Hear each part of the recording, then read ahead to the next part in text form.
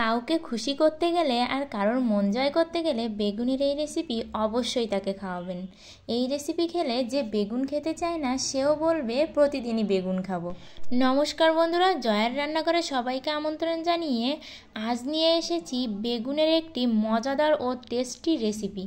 আর এই রেসিপির জন্য আমি এখানে দুটো বেগুন নিয়ে এরকম অল্প একটু বোটা রেখে কিন্তু 4 ফালি করে কেটে নিয়েছিলাম।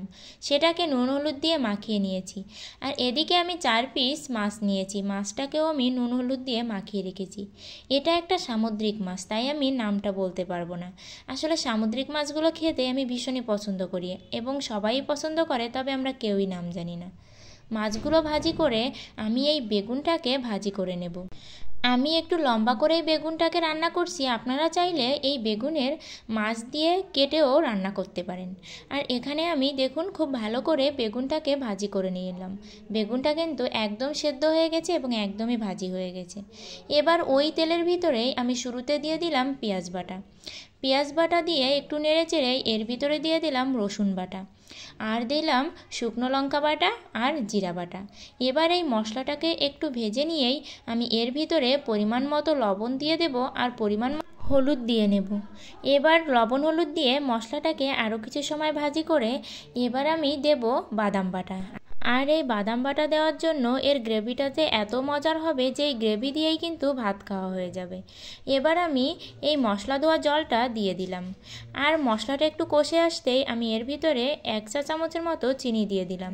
চিনি দেওয়ার জন্য কিন্তু গ্রেভিটা অনেকটাই মিষ্টি মিষ্টি হবে এবং খেতেও দারুণ লাগবে।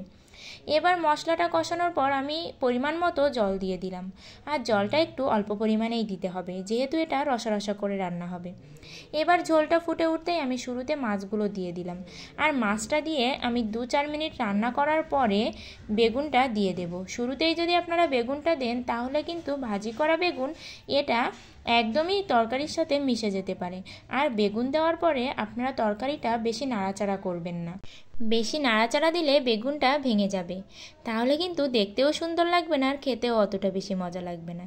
আর এ পর্যায়ে দেখুন আমার রান্নাটা কমপ্লিট। আমি এখানে কিন্তু কোনো গরম মশলা ব্যবহার করছি না। আর এটা খেতে যে এত মজার, অবশ্যই আপনারা বাড়িতে একবার বানিয়ে খাবেন।